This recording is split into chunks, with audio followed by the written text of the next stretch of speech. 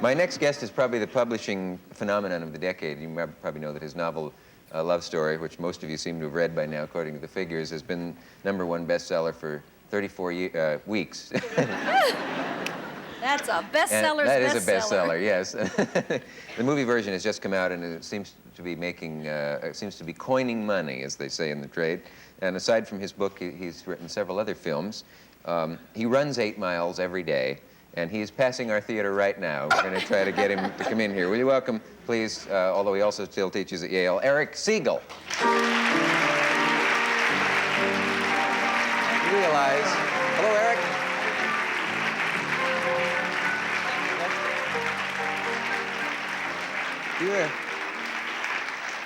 You realize my introduction was as long as your book? It was practically, that's right. practically or a chapter anyway. My dream is to accumulate enough publications and credits so that I can fill a 90-minute hour with 89 minutes of somebody's introduction and just a hello. And then you come out at the end. I'm working on it. And backstage you could finish a novel probably. Right. The speed you work, it's incredible. I mean, the amount of things you do.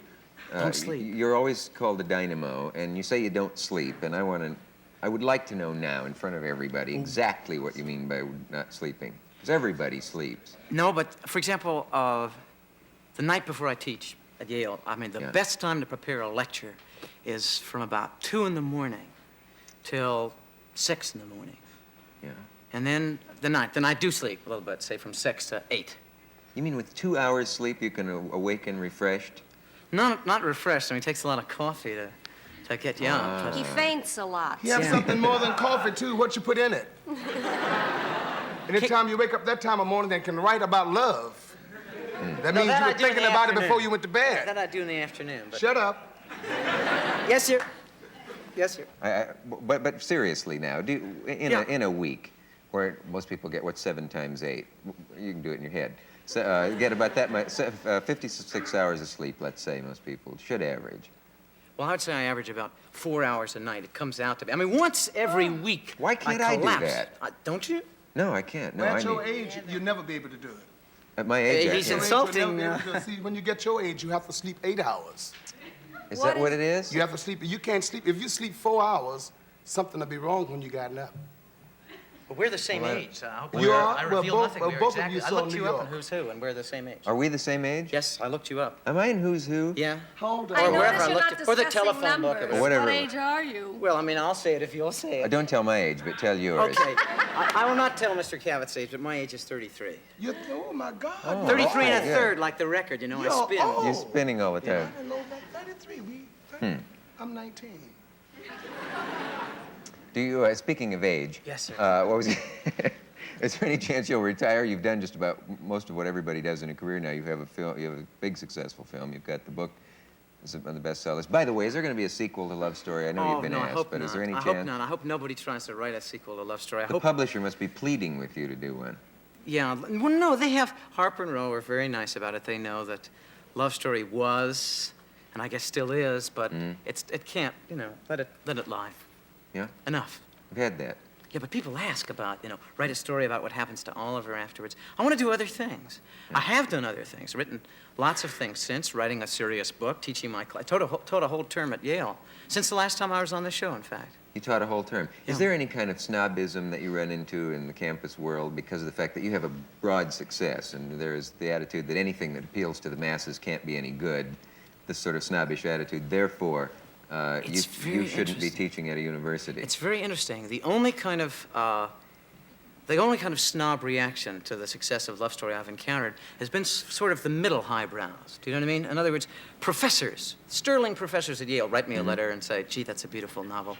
Love Story is beautiful, well written, etc. Get lots of letters from professors, Harvard, Yale, wherever, you know. And of course, the students like Love Story.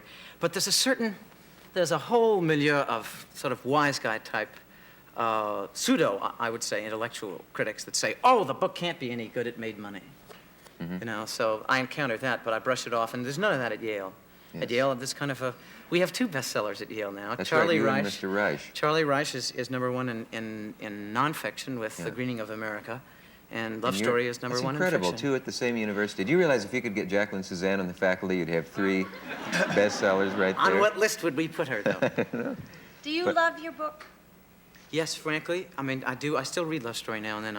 There are parts of it that I still read and enjoy. Of course, I know what happens at the end, but I still enjoy it. Do you love your book, you said? Yes, well, I really wanted to know. You know, authors so often come on television shows and talk about their work. And I've known a few who really weren't that proud of what they had done, but they wanted it to make money and they wanted to plug it. Yeah. So I've always wanted to know, do they really like what they've written? I honestly It's do. a legitimate question. You won't tell me backstage. I don't you have good like taste, perhaps, but I do like it. Ah, you made an excuse. Shut up. Let you me asked say me whether something. I I've been like trying to it. get in a Let the long man time. talk. Y'all just keeping me out. it. Yes, Let the Richard hasn't had a 19-year-old chance Yeah, to let me speak. say something. My Lord. Y'all just taking over the whole show. Let me speak. Well, I don't believe that a person can write about love. I don't believe that nobody can really, this is my belief. I don't believe that love is something that you just have to do it as you feel it. And I don't believe you can really write about it. I've always believed that from a kid. My mother disagreed with me. But I don't believe that you can write about it because everybody feels a different way about it. And you can't say that this person is not right or that person's not right. You do it the way that you feel. And just because you feel that's But supposed that's to what a person shut does. up, They- shut no, up. I will not. Shut Listen, up. you're talking Hush, to you a Puerto won't shut Rican up. girl, But then and you're not going to get away with you're this. talking to a Georgia peach. Just a minute. You're talking to a Let's Georgia talk about peach. something, That's Eric. Tell her she's talking Is to there a Georgia anything good in peach. today's... She's Puerto Rican. All she has to do is bring Wait. the tacos and the peaches are ready. I'm simply saying that a person can write about love as he feels about it. Why That's does what it I have to said. be one view? That's what I said. That's what I said. I said I don't No, think that it's one not what person you can said at write. all. That's not I what said you I don't think said. that a person can write about it. Oh. But because each person feels it different. Ah. Feels it different. The way I feel it, now I feel it the way I feel it. I don't believe nobody else feel it nowhere like I feel it. I got my own way. Sometimes I sit down and I'll be watching, watching. Yeah. And watching. And my big toe just shoot up in my boots. But I think that you do.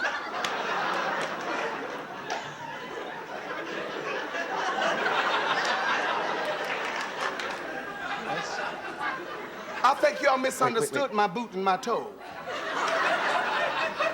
I think Wait you a minute, need your I have own a- talk show. Oh, I do need it. He has it already. It's yes.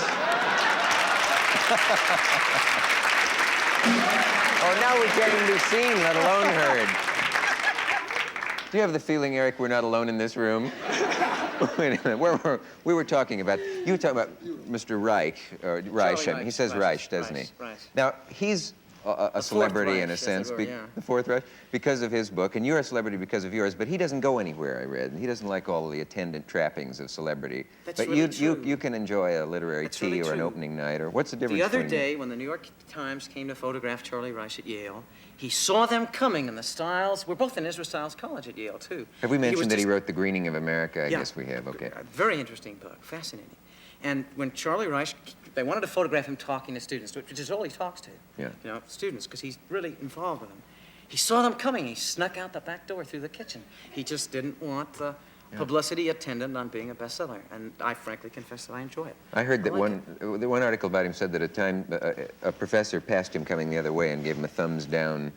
I know which signal, professor it isn't it? was, yeah, but that's Yeah? that's okay because Oh, Charlie, sure, you can- Charlie was in The Greening of America was very optimistic as far as what the younger generation has to offer Mm-hmm. in terms of its values, and for that matter, so am I, and in a fictional sense.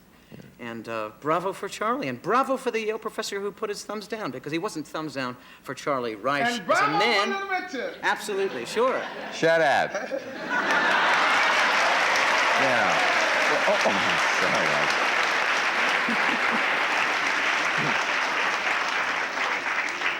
I'm sorry, I don't usually steal people's material like that. I don't know how I happen to do that. We must take a break here. To make your holiday parties really bubble, here's a happy hint on behalf of your local Canada Dry bottler.